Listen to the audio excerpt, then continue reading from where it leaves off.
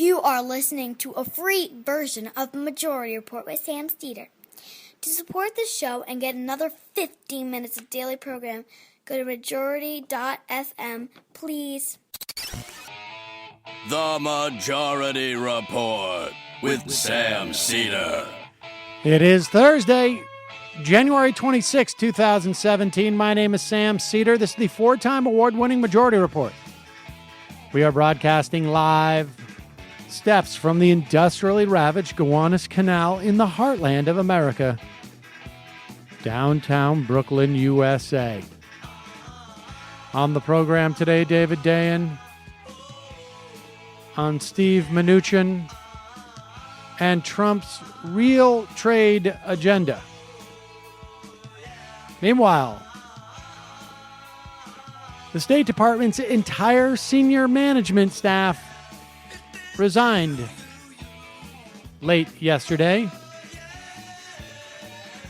Donald Trump blindsides his Secretary of Defense and new CIA director with a draft order to revoke the ban on black sites and sort of torture. Also, he's insane. Trump voter fraud investigation nabs Steve Bannon, Tiffany Trump, and Steve Mnuchin.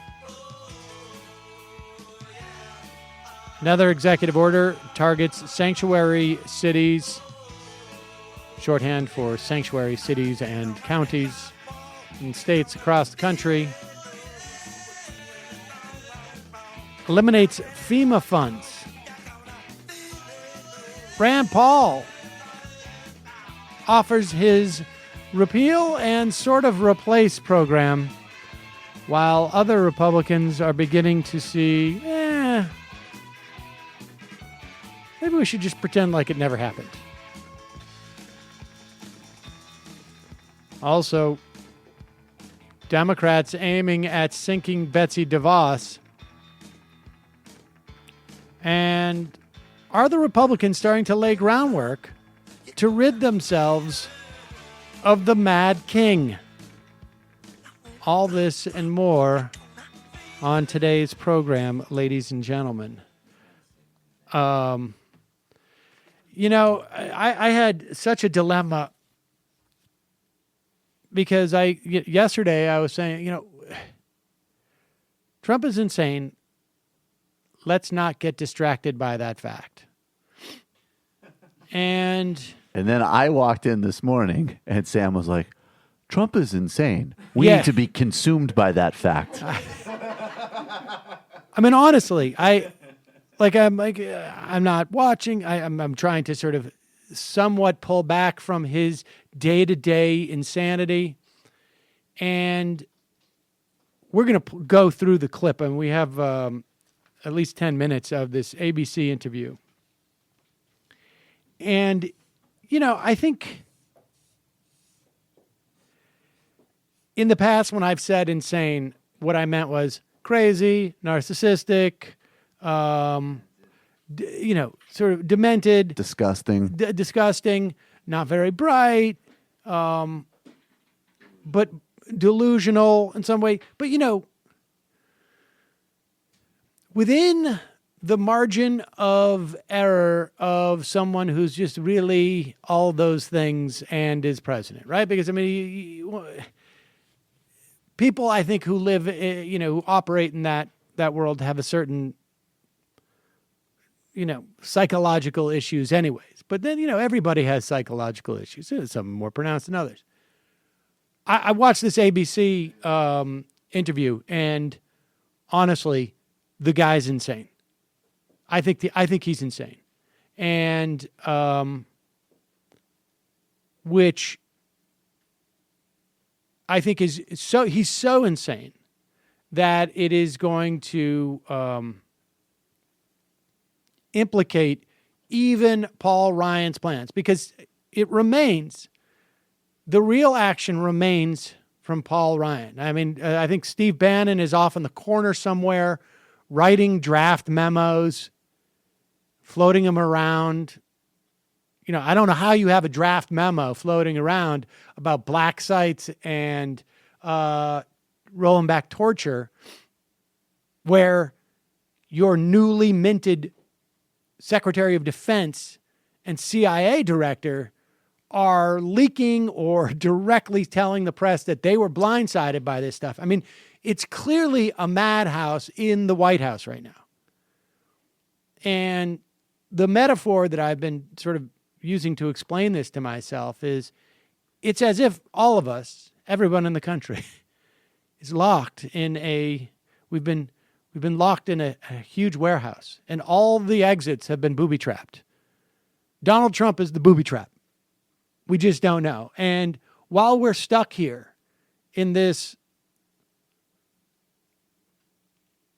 warehouse, in my metaphor, the Republican Party is looting the city. And, I don't know. This morning, I watched this interview and I was like, this guy is insane. It's not like he's crazy. I mean, he's insane. It's not a metaphor. Honestly, yes. I think that if, he's had a lot of cushion in terms of his money. And for all we know, he could have been broke before he got into the White House. A guy like that, if his dad was not a millionaire, but, a guy making $60,000, $70,000, $85,000 a year, I feel like Donald Trump right now would be in a facility. He would have been picked up in Penn Station at one point. He'd be in Penn Station like, I have the best bags. I have the best plastic bags. By the way, did you know that the king of Greece runs the world? Still does. It's true. But seriously, can I take your coat for a second? You want some water? $5, fresh water. I do a great job. It's great. We'll play it later in the program. And you're already seeing this reflected, whether it's in the media by like news people talking about what they're hearing from reporters and Republicans and staffers, and you're already seeing it with guys like Jason Chaffetz getting a little bit more motivated to do some investigations. Hugh Hewitt last night talking about how the Democrats may have their opportunity to impeach Donald Trump after the midterms if they take over. We are in day 6. I mean, this is just so crazy. So I don't mean this in any way humorously or in exaggeration at all. Do you think that the calculation for Republicans is almost like, because I think that's true. They want to push through this agenda. He'll be the crazy guy, fall guy, front person. And now the assessment they have to make is like, okay, our plan was maybe wait till the midterms and then get rid of him. And now some of them have to be asking themselves, like, but is he going to... I don't think people have turned that corner yet. Okay. I think there's just sort of like... Are they starting to entertain it more than they even were a couple days ago is what I'm asking. I mean, it's based off of what you're saying. Like, it seems like even in the last 24 hours, all of a sudden Chaffetz is going from like, I'm going to intimidate independent government auditors who are saying objective things about him to all of a sudden like, we got to look at his hotels. I mean...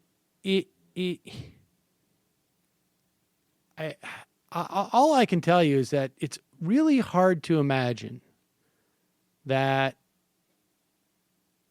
he begins to feel less pressure. Do you know what I mean? It's like the natural process of being president. By like 2 weeks, it's just like you're just in a rhythm. I remember the first time it's just like jazz. I remember the first time I got a waitering job. And even not even the first waitering job, like the first day at a place that has maybe a specific system, you're like, I'm totally lost. And, it takes a little while. And then, by day 2 or 3, you're like, oh, this is boring now. I don't think that's the way it works with the presidency. I think I would imagine the pressure increases. Like the level of complexity, far more complicated than Okay, you punch in the ticket at one of these different stations, but don't forget, you got to use your first initial of your second name plus the seats that you're, the I don't tabletops know. you have. I don't know. Bannon it's- just drafted an executive order for me. I'm going to sign it.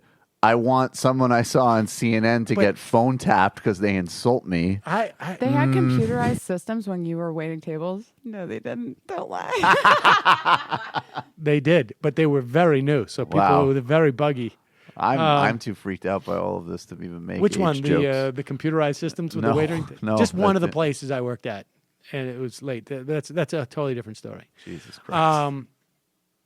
I mean, I just All that means is you've had a nice run before this all ends. The rest of us would have liked another couple of decades. That's right. I mean, I feel like I got my fill. I let it really. I don't know. I mean, the upshot is stamps.com. Because it's going to allow us to finally move some of our merch. And here's the plan. I've already opened up a stamps.com account. We're building our website. Correct, Kelly?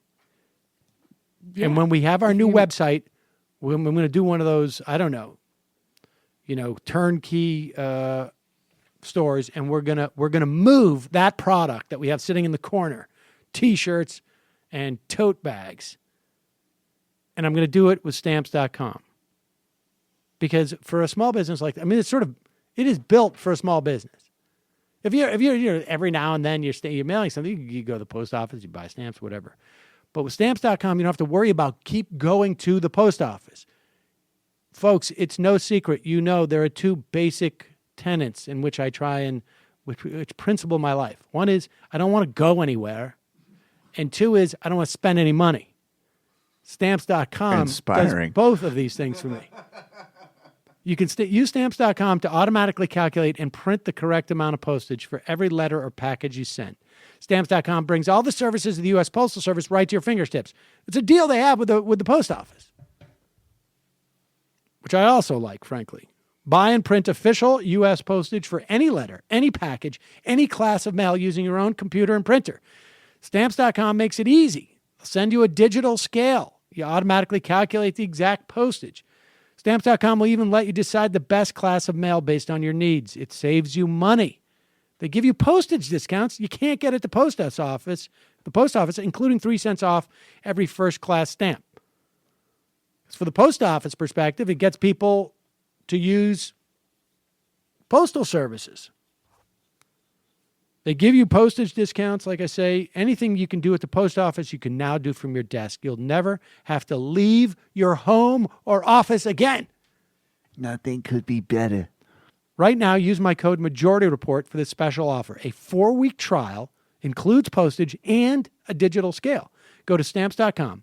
Click on the microphone at the top of the homepage. Type in Majority Report as a way of referencing the Majority Report. It's pretty easy to remember that. That's Stamps.com.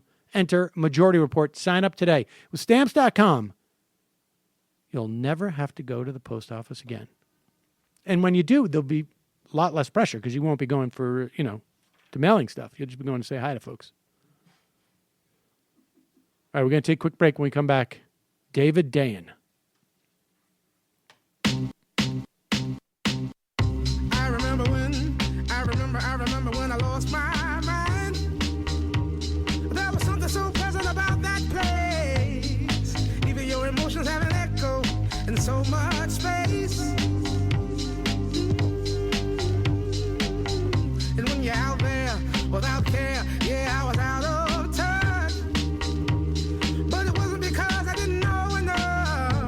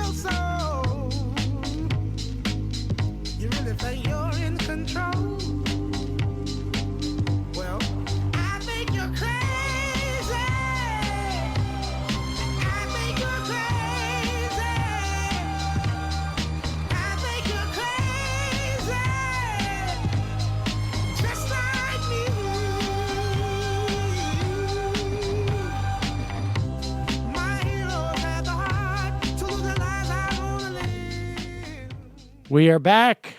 Sam Cedar on the Majority Report. Always a pleasure to welcome our next guest on this program. He is an author of a New York Times best-selling book that, in many is it not best-selling? Where are you getting that? You didn't. It's not. That's news to me. Well, and I'm predicting it was occasionally a bestseller at Amazon. Let's say that. Okay, but it should have been. It should have been a. I mean, you can say whatever you want. As long as you said it, it's now out there. I mean, look, So, we're in a post. It's an alternative fact. An alternative fact, exactly. It's an alternative fact. So Right. let's just leave it at that. I mean, don't. Right. What a fool I was for actually trying to correct the record. Chain of But title. that's not how it works. Chain of title is referenced. I don't think I've ever seen a book referenced as much after the first 3 weeks it's been released as I have Chain of Title, honestly. Oh, well, I appreciate that. And part of that may be because you got Steve Mnuchin, who is going to be, I don't know if he's going to be, but probably is going to be, Treasury Secretary, yeah. yeah, our Secretary of the Treasury. And I want to talk about Mnuchin and how he lied. But before we get to Mnuchin's lies, and before we get to the question of Donald Trump's trade policies, let's start with this other piece that you had. And I remember this in particular because I looked this vow up. Donald Trump made what ostensibly was, 4 weeks ago, considered like almost like the cornerstone of what he was going to do, draining the swamp. And he had really one major, I guess, day one agenda for draining the swamp, which was it's on tape. He made a video that said, "This is what I'm going to do on day one," and he referenced a number of things, some of which he has done, but the main thing around draining the swamp was imposing a 5-year ban on any members of his executive branch from becoming lobbyists after they leave government, and a total ban on lobbying for a foreign government from any executive branch nominee. Now, he said it. It was one of the first statements that he made after the election. It was released 2 weeks after the election.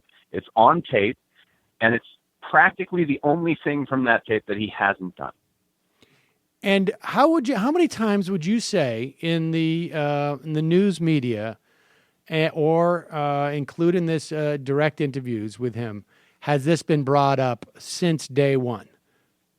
I would say 0.0 by the media in terms of since day one. It just has not been a story. Now, even Chuck Schumer mentioned this on the Senate floor on, I believe, Tuesday or Wednesday of this week, saying that this was your promise, this was your day one promise, and you haven't fulfilled it.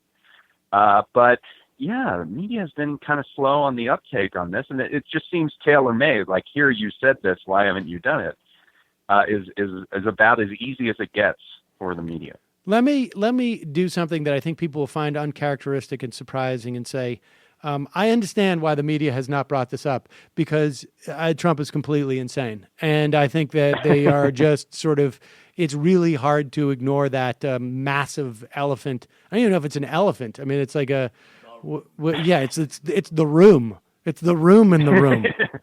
The room in the room. But, interesting fun fact about that lobbyist ban. There was a president that announced the exact same ban in our modern history.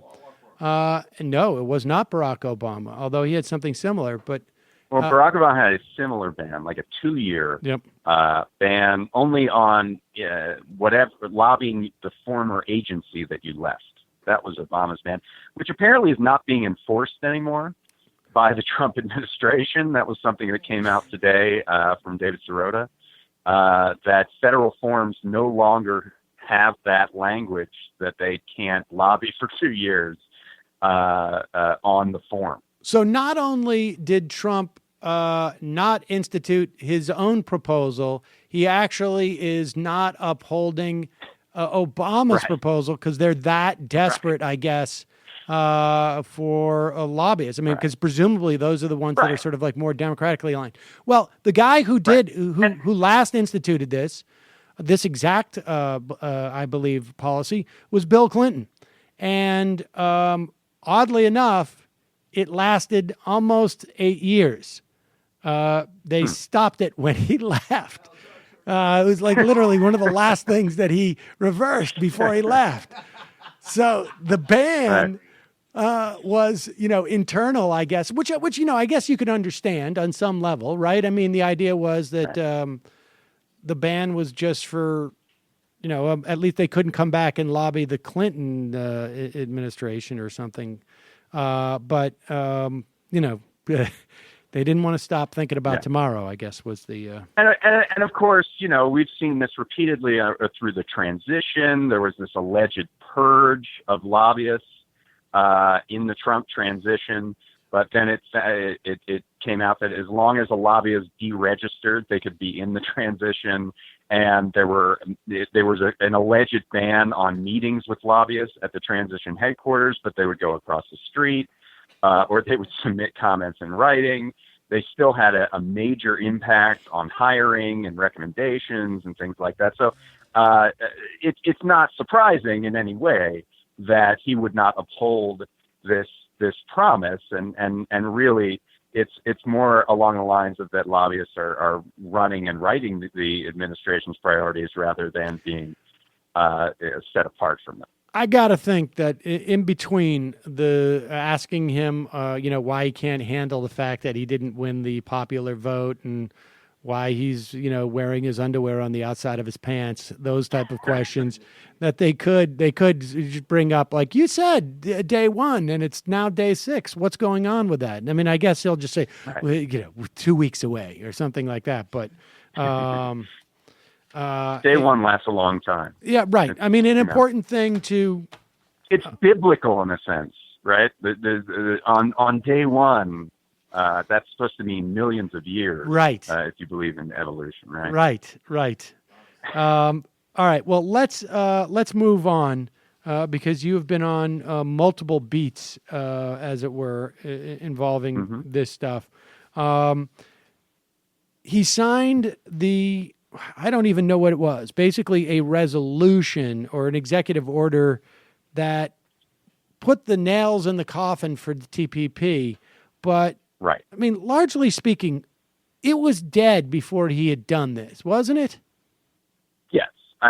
There's no question that if it wasn't dead, it would have been voted on at some point in the year plus since it has been signed. And the reason it wasn't voted on is that the votes weren't there. Democrats had moved very forcefully away from TPP. And in part thanks to Trump, Republicans were more skeptical of it as well. And you just couldn't count to the proper number of votes in the House or the Senate, as far as I can see, to get the treaty advance. I'm sorry, it's not a treaty; it's an agreement. The agreement advance. So yeah, this was just sort of etching the tombstone on a grave that was already dug. Do you think if Clinton had won the election, there would have been a lame duck attempt at passing it? I mean, they needed, the timing would have been impossible, wouldn't it? Because they need to sort of present it to Congress 90 days out. And they just didn't anticipate having the votes anyways, so they didn't do that. And they figured, that's an interesting counterfactual. They put some of the steps in motion such that they could have given it a shot in the lame duck. However, the way in which Secretary Clinton was talking at the end of the campaign and the promises that they had made would have made it very difficult. And I don't think any Democrats power. Right. And I don't think any Democrats would have had a lot of power to say it. Right. Yeah. I mean, I just don't think that you would have seen the critical mass necessary, particularly in the House, and Republicans probably would have turned against it, thinking that they would have, they They would need better standards on the things that were renegotiated at the end to appease Democrats, like on tobacco, and a couple other instances that I think you would have lost more Republicans than you did on the fast track vote, and they would have held out even more to deny Obama victory, to deny Clinton something. So I just don't see that it would have passed even in that counterfactual. Okay, situation. so what do we still have extant the TTIP and Sure. And TISA. the Trade and Services Agreement. Right. I don't think either of those are going anywhere. President Trump has made it very clear that he is only interested in bilateral trade agreements from this point forward. And TTIP is with the European Union, which is, 17, I think, member states. And TISA is with even more. I think TISA is with about 40 states. Yeah, 50, I think it is. He's 40 or 50. He's not going to do that. That's just not what he is interested in doing. Those are dead, and they might have been dead even before then, because particularly in TTIP, because Europe has been pushing against the investor-state dispute settlement process, which is the sort of extrajudicial court that is set up to enforce these agreements on behalf of corporations. It just wasn't going to happen. The way moving forward is he's going to attempt a deal with the UK as they exit the European Union. He's going to want to renegotiate NAFTA, but that's kind of thrown up in the air now that the president of Mexico has said he's not coming to Washington after the executive order on building the wall and those matters. So who knows where that's going? But there may be a signaling of an intent to withdraw from NAFTA. The idea is to do some sort of bilateral deal, but we have no idea what that deal would look like. I mean, Well, that's what I was going to ask you, because we don't know if they won't just have the investor-state dispute resolution system just on a bilateral basis, which is absolutely which in is most not of our as, bilateral deals, right? Which is not necessarily, I guess, as problematic as doing it with 25. Sure well, it's problematic based upon you just have less corporations, right? Or no? Right. In the sense of less corporations, yes, but it's the same structure. Right. Exactly. I mean, there's a model template for ISDS that goes into practically every deal, including bilateral investment treaties and the like. There's for someone who's talked so much about trade throughout the campaign, maybe as much as any presidential candidate of the last, 30 years, the detail of what would actually be negotiated is extremely thin. It's very detailed. It's very detailed. There's a lot of details. It's complicated. Exactly. We have no idea what the priorities are outside of we want jobs in America for this president. And, a lot of things go into trade deals. What would be enforceable on labor and environmental standards? What would be enforceable on currency management? What would the rules of origin be? This is something where Trump's people have said, yes, we want more of, if we're doing a deal with Mexico, we want more of the car built in the coming from the U.S. and Mexico rather than from another country, from China or something. Will you just explain that dynamic, the law of level. origin thing? Because this was one of the things that was really sort of BS about the TPP, which was that the way they defined. Just explain to people what that is, because it is. Right. It's one of those things where you can say. I mean, it's almost like it reminds me of we're selling health insurance. It doesn't cover anything, but we call it health insurance. Right. To make it easier, we'll just say, let's say there's a deal between the U.S. and Mexico on autos. And it says that there's this 0% tariff between the U.S. and Mexico on cars coming across the border. And the rule of origin sets how much of that car has to be produced in the member countries, in the U.S. or Mexico.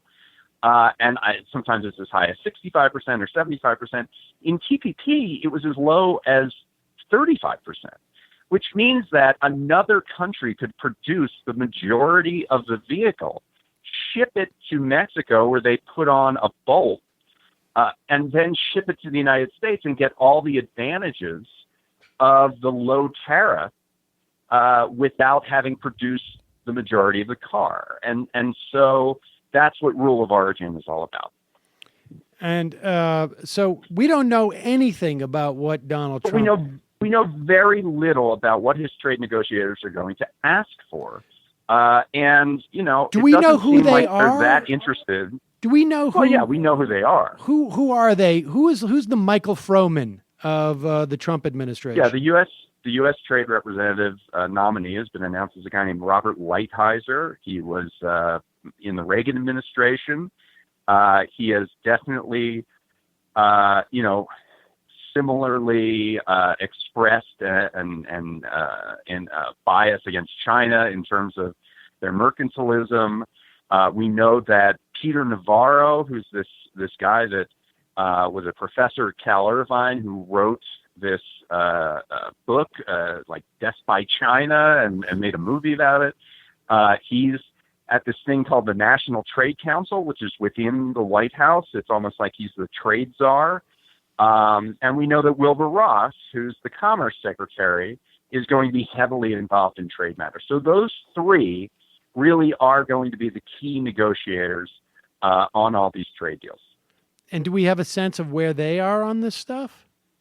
I mean, we have a sense of where they are in general. They are, desiring better deals. I mean, I'm trying not to be so abstract about it, but they want better deals. They want less of cheating on current trade systems from places like China in terms of like dumping steel and those kinds of things.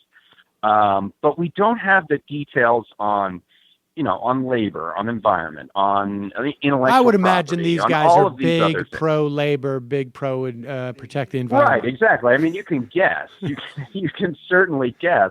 But all of the things that progressives have been really talking about in their opposition to TPP have been, around the fact that these trade deals aren't really even about trade anymore. They're about guaranteeing profits by harmonizing or Xing out regulations across borders. And it just doesn't seem like the Trump administration is going to be too interested in that aspect of these trade agreements. All right. Lastly, and I know you got to run, but just give us a couple of minutes, 2 or 3 minutes. Just tell us, Steve Mnuchin, he seems like one of the guys. I don't know. I mean, Betsy DeVos is clearly one of them. Pruitt is clearly one of them. And there may be one or two others that the Democrats seem really focused on fighting, I guess, or voting against, or arguing in public. I mean, I don't know how to really even characterize that. Is Mnuchin one of those people? I mean, it seems like it. It does seem like it, and it's weird that in an environment where Republicans can pass all of these nominees by themselves, why you would give them aid and comfort. I just don't understand it. But in other words, why would you vote for any of them? Right. I mean, it doesn't make sense to me. But Mnuchin does seem like one of them. And what we found out, and I wrote my story yesterday, is that after a confirmation hearing, senators get a chance to ask questions for the record. So they ask, in this case, Mnuchin, to send written answers to additional questions that they didn't get time to ask in the hearing. And Bob Casey asked this question: has One West Bank, which was Mnuchin's bank, engaged in robo-signing, which is the practice of rapidly signing foreclosure documents that say, I have reviewed and I have personal knowledge of all the information in this foreclosure file. And they would sign like 10,000 a week. There's no way for them to actually have any personal knowledge while signing that rapidly. And this was a big scandal. It led to, in 2010, most of the major mortgage servicing companies stopping foreclosures because they were submitting these false documents. And Mnuchin responded to Casey's question about whether One West had ever engaged in robo-signing, but said, nope, we've never done it. We have not engaged in robo-signing, and I'm proud of my Manx record. And that's just a lie. I mean, we have copious amounts of evidence showing that One West engaged in robo-signing, including a One West employee admitting to it in a deposition where she admitted that her team of 8 people signed 6,000 foreclosure affidavits a week, and she admitted that she never read any of them before signing that she had personal knowledge of the foreclosure case file. So this is the textbook definition of robo-signing, and she admitted to it as a One West employee in July of 2009. So for Mnuchin to say that, and there's more evidence, and it's in the story, but that's the biggest piece. For Mnuchin to say that One West never engaged in robo-signing is just patently false. And that's the type of thing that makes a nominee, at least in most normal circumstances, right, radioactive. Yeah, I mean, you can't tell I a would blatant lie about engaging in fraud to the Senate. Theoretically, I would say lying. I would say lying to the Senate is around the top of the list in terms of establishing a lack of credibility. So we'll see if that matters to any of these Republicans who are charged with voting on this nominee. Nah, we're not going to get too caught up in that. David Dayen, one last question. Why robo-signing? Yeah. Why don't they call it false validation? False testimony? False... It's really robo-perjury. I mean, that's what it is. Right. It's mass perjury. Interestingly, robo-signing was a name that came out. It was devised by a foreclosure defense lawyer who was just saying that, look, Jesus, they're like robots with the way that they're signing. And then that became the statement. And a lot of people sort of in this whole foreclosure defense community didn't like the name because it does, as you say, sort of take the edge off of what this really is, which is false evidence submitted to courts. But the name stuck, so, I'm using it. All right. Well, I'm using false validation. That's the one I'm going to use. Okay. Or perjury, signing perjurers. I'm going to come up with some robo perjury. I think the robo just makes it too nice. All right, David Dayen, always a pleasure. Thanks so much. People can check out your pieces in The Intercept and The Nation magazine, and of course, in just about every publication that exists. But I know the hack. I know the Dayen hack, and that is which is the Dayen hack is you go to I got it right here. You go to your Tumblr site, daviddayen.tumblr.com, and then you got links to all of them there. That's my Dayen hack. I do have that. That's the hack. And then the hack number 2, if you're too lazy to even type that in, is go to tinyletter.com. That's one word, tinyletter.com/David Dayen, one word, David Dayen, and sign up for my newsletter, which then comes to your email. You don't even have to go look for it. In your email, you will get an email twice a week with links to every one of my stories. Can I give you a pro tip? On your About page on the Tumblr, how about a link to that tiny letter, that newsletter, which I also subscribe to? This is why you have been my publicist for many, many years now. False validation, buddy. You have these ideas. You have these... False validation. Think about it. All right, David Dayen, thank you so much. I really appreciate it, buddy. All right, Sam. Thanks. Talk to you later. Bye.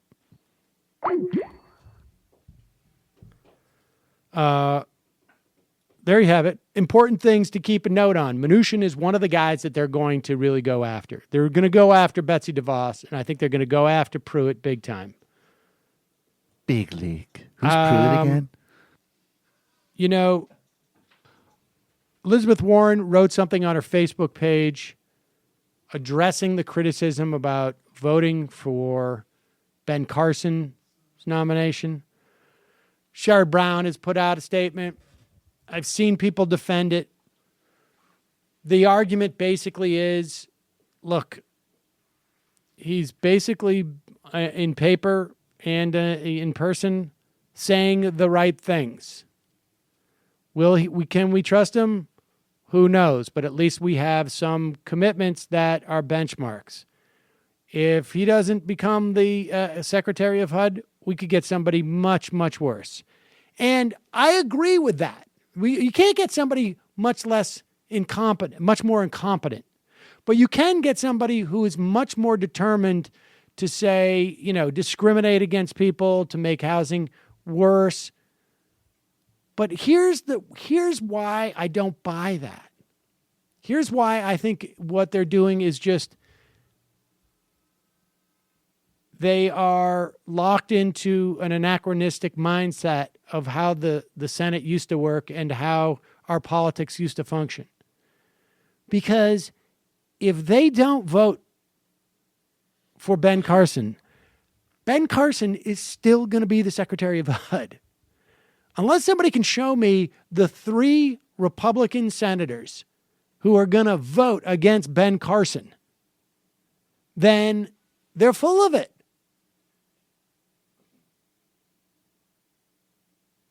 Well, I'm going to take your silence as no, they need to just acquiescence. oppose. They need to oppose. Just period. vote no. Period. Across Just the board. vote no for all of them. And the notion, even just the notion that there are benchmarks with these people is anachronistic. Like Ben Carson. I mean, even specifically with Ben Carson, because he's not even going to give them lawyerly maneuvering. But all you got to lying. say with Ben Carson is totally unqualified. There you Anybody go. want to You have argue a with that? one sentence Nikki ruling. Haley? Isn't that the way? Totally unqualified. Isn't that what Chris Coons said? Mnuchin.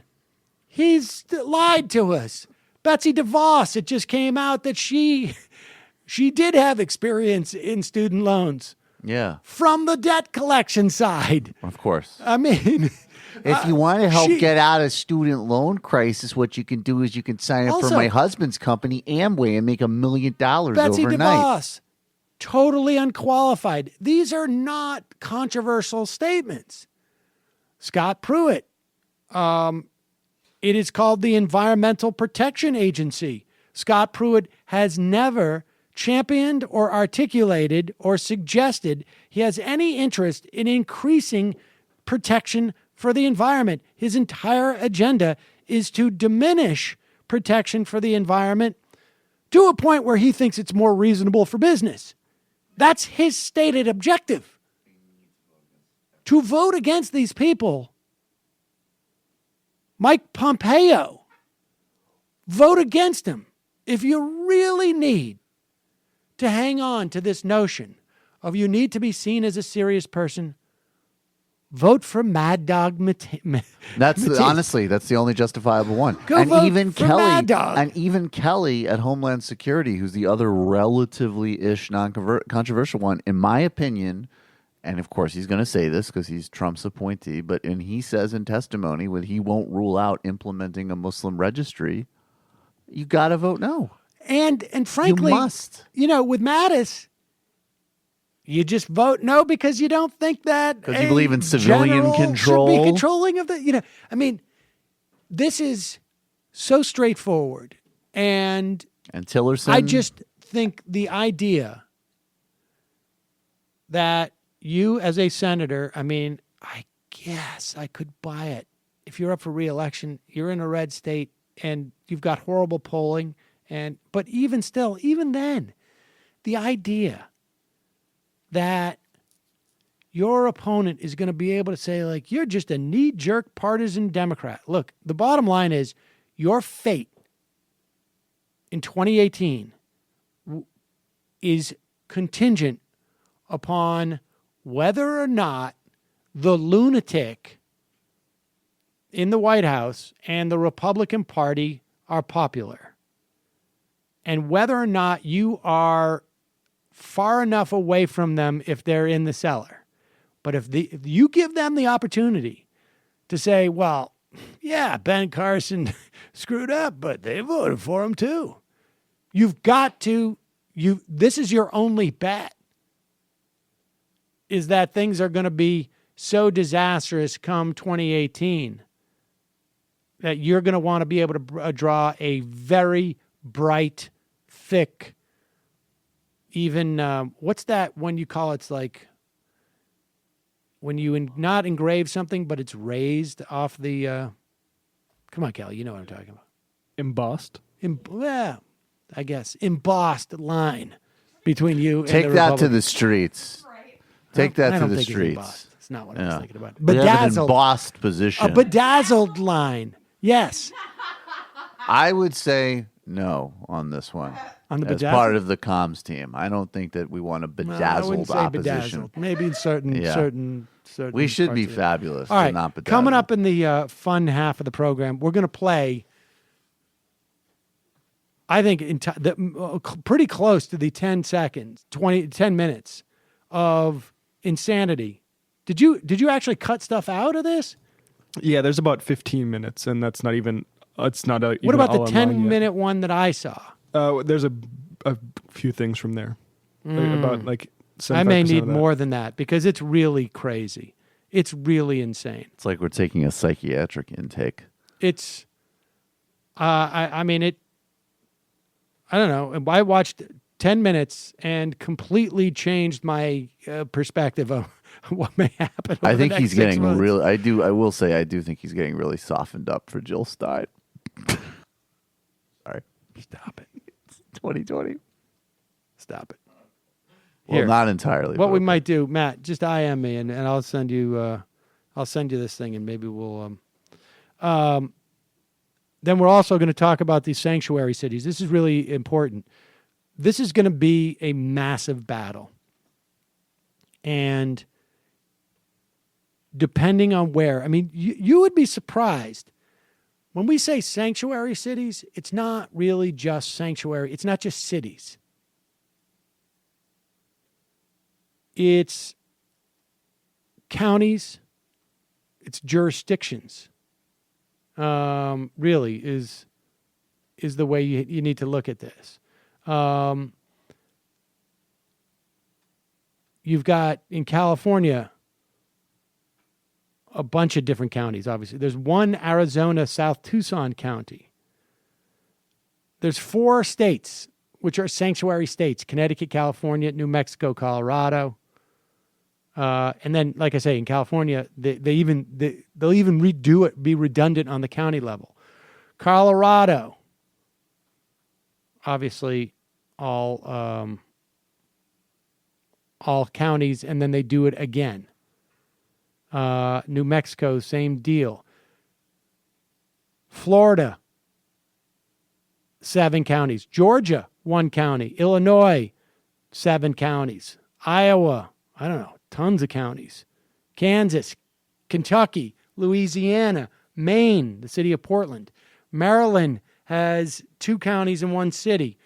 Massachusetts, like I said, Nebraska, Minnesota, Nevada, New Jersey, New Mexico, Nevada, New York, North Dakota, including some cities, right? Oregon, tons of counties. Pennsylvania, Texas, Vermont, Virginia, Washington, Wisconsin. All of these states have counties or cities that are sanctuary counties. And in fact, here is Marty Walsh, the mayor of Boston, making his announcement challenging Trump's executive order. And understand what the executive order does.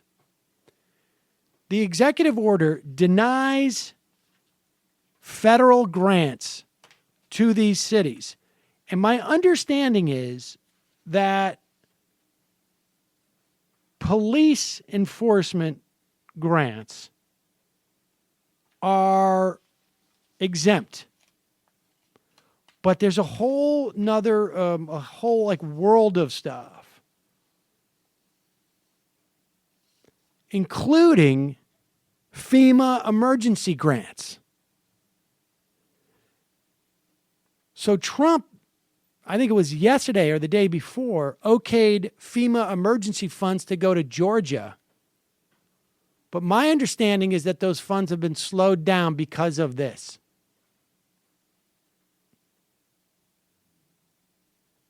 There's a whole myriad of stuff, millions of dollars, billions of dollars nationwide. Attorney General Schneiderman in New York has said the president lacks the constitutional authority to cut off funding to states and cities because they have lawfully acted to protect immigrant families, as described in the legal guidance my office issued last week. He says, I urge President Trump to revoke this executive order right away. If he does not, I will do everything in my power to fight it. Obviously, lawsuits. Here is Marty Walsh from Boston. To build our communities. 28% of the residents of the city of Boston are immigrants. 48% of our children, like myself, have at least one foreign-born parent. Boston was here for me and my family, and for as long as I am mayor, I will never turn my back on those who are seeking a better life. We will continue to foster trusting relationships between law enforcement and the immigrant community, and we will not waste vital police resources on misguided federal actions. We will not be intimidated by the threat to federal funding. We have each other's backs, and we have the Constitution of the United States of America on our side. I want to say directly to anyone who feels threatened today or vulnerable, you are safe in Boston. We will do everything lawful in our power to protect you. If necessary, we will use City Hall itself to shelter and protect anyone who's targeted unjustly.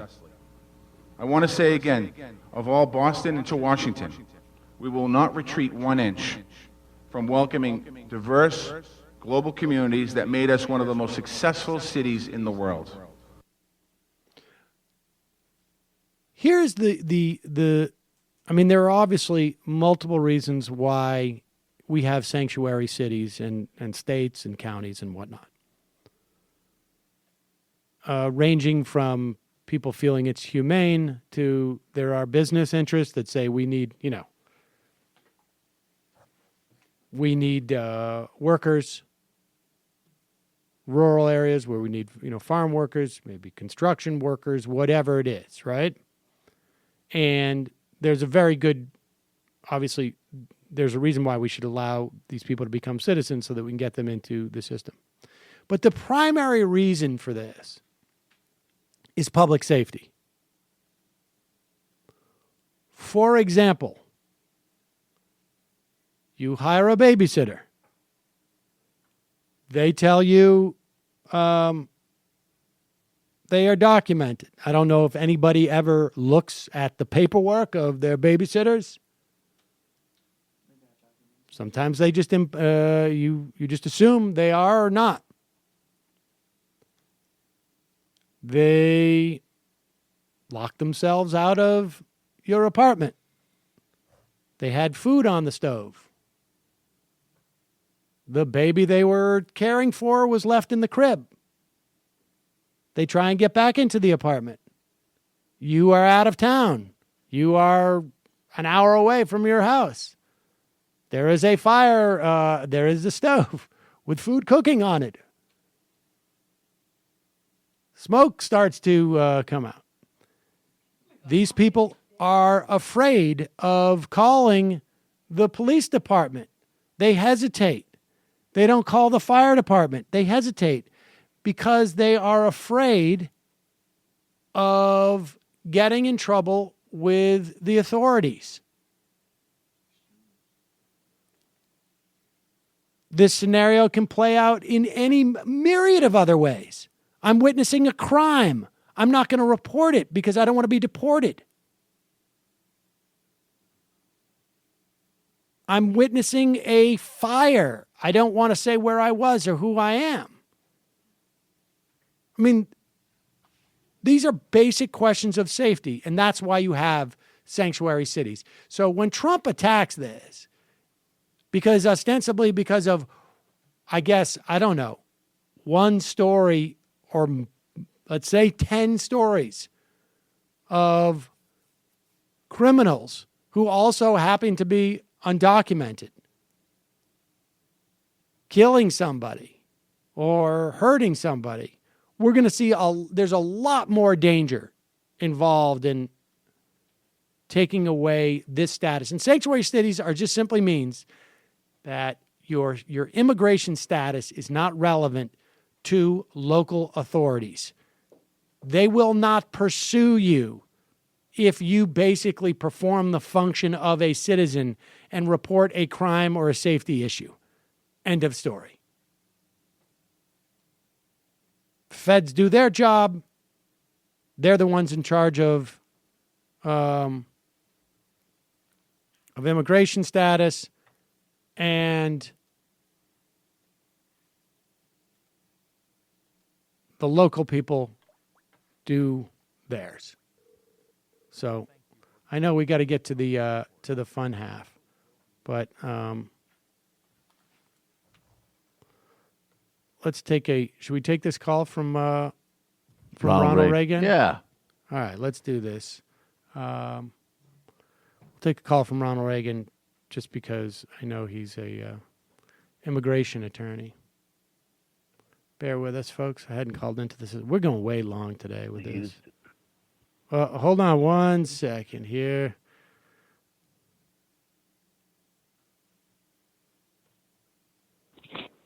Is this Ronald Reagan? Hello? Hello? Can you hear me? Yes. Can you hear me? Yeah, I called in and I was hearing some other caller Right. like rant about the show. There's something weird going on with your phones, but that happens. hey, I don't know. It's weird, but I think I might make it out to that live show. Okay. And, well, I picked you up on the call because you're an immigration. You know stuff about immigration, but I'm talking about sanctuary. Yeah. Talking But about podcast performances. I know. But Sam, I just Podfest need to know is first. April 8th in New York City, 1 p.m. We've got a show live. I just need to know if I can crash at your place. I can't hear you. We're having problems with the phones. Click. Hey, let me talk real quick about what you were mentioning before, the visas for victims of crimes. Yep. So we do a lot of those. They're really super important. They're also part of the Violence Against Women's Act.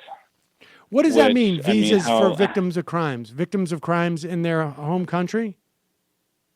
No. So if you're a victim of a crime in the United States and you're undocumented and you're helpful to law enforcement in investigating or detecting the crime, then you might be eligible for a visa. One of the issues is that the local law enforcement has to sign off on a certification, and a lot of local law enforcement doesn't want to help illegals, as they would call them. And so, but others are very helpful in that, and they sign off, and then these people who are otherwise undocumented are able to become documented by virtue of their willingness to come forward and help the police report, by reporting domestic violence or whatever it might be.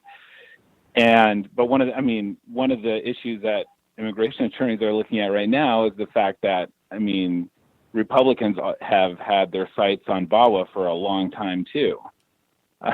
So right now it just feels like nothing is safe. Right. I wanted to say too, just real quick. And the sanctuary city, what I see is that really it's about local cities or municipalities saying, you know what, we're not going to spend our money to enforce federal law, or if we are, we're going to do it in a limited or a tailored way. And when I see people comment on, the newspaper or on Facebook about sanctuary cities, they somehow think it's like a big liberal program that's going to cost the city money, and it's the exact opposite. So the left all over the immigration issue is just failing spectacularly when it comes to the rhetoric of the debate.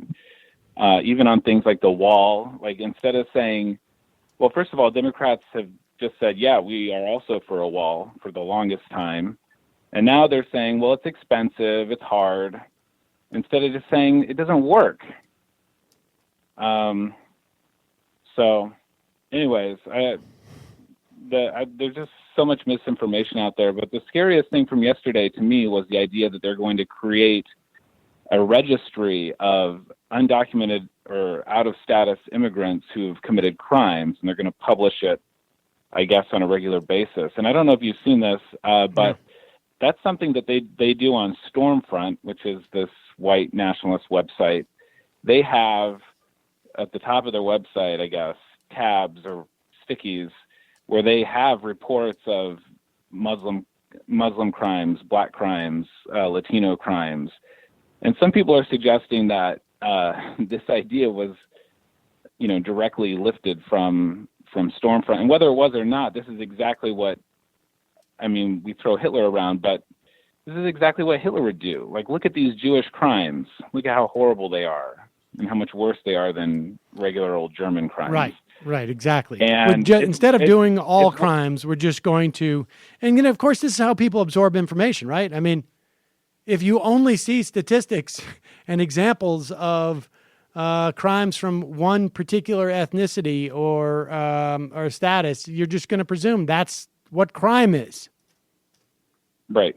And it's one thing to say, you know what, we're for strict enforcement of the law, and there's going to be some victims of that, but that's just our philosophy. It's another thing to couple it with this kind of nationalistic bullshit and to say we're for strict enforcement because the people we have to enforce the law against are terrible monsters. And so it's really, really terrifying. The broadening of the definition of criminal alien now is this umbrella that covers virtually everyone, even people who haven't committed crimes. There's a provision in the order that says if an ICE officer thinks you committed a crime, then you're a criminal alien. So, it's totally out of control. And I have to wonder about people like my congressman who, in multiple occasions, has laughed out loud at the idea of a wall. There's not going to be a wall, even after the election, and who the economic interests of our particular area depend on these people. And so that's, I think, where the tension's going to be, like you were mentioning, the tension between the economic interests, which literally depend on these types of people to do these types of work, and these enforcement nuts like Chris Kobach and Steve King and the president. So it'll be interesting. Don't want to take up too much of your time. Take care. Thanks. Sam. All right. Bye. Ronald Reagan. All right, we're going to take a quick break, head into the fun half. Remember, it is your membership that makes this show possible. You can become a member today at Join the Majority Report. Also, give us a review on iTunes. If you want to gift the show to somebody, just simply go to majoritygift.com. Super easy to do. majoritygift.com. We will tell you more about the live show. It's 4 months away. 3 months away, so we got some time. Also, justcoffee.coop, fair trade coffee, tea, or chocolate. Use the coupon code majority, get 10% off. If you buy crap from Amazon, buy it through our link at majorityreportkickback.com. majorityreportkickback.com. Click on that link, buy your stuff through there. We get a kickback. All right, see you in the fun half. 646-257-3920. People know the number. We already got 10 calls stacked up. Go to the IMs. We got a lot of sound. It's Thursday. True. That's a great point. Our president's a total lunatic. It's a great point. But unfair. Totally unfair. Bye-bye.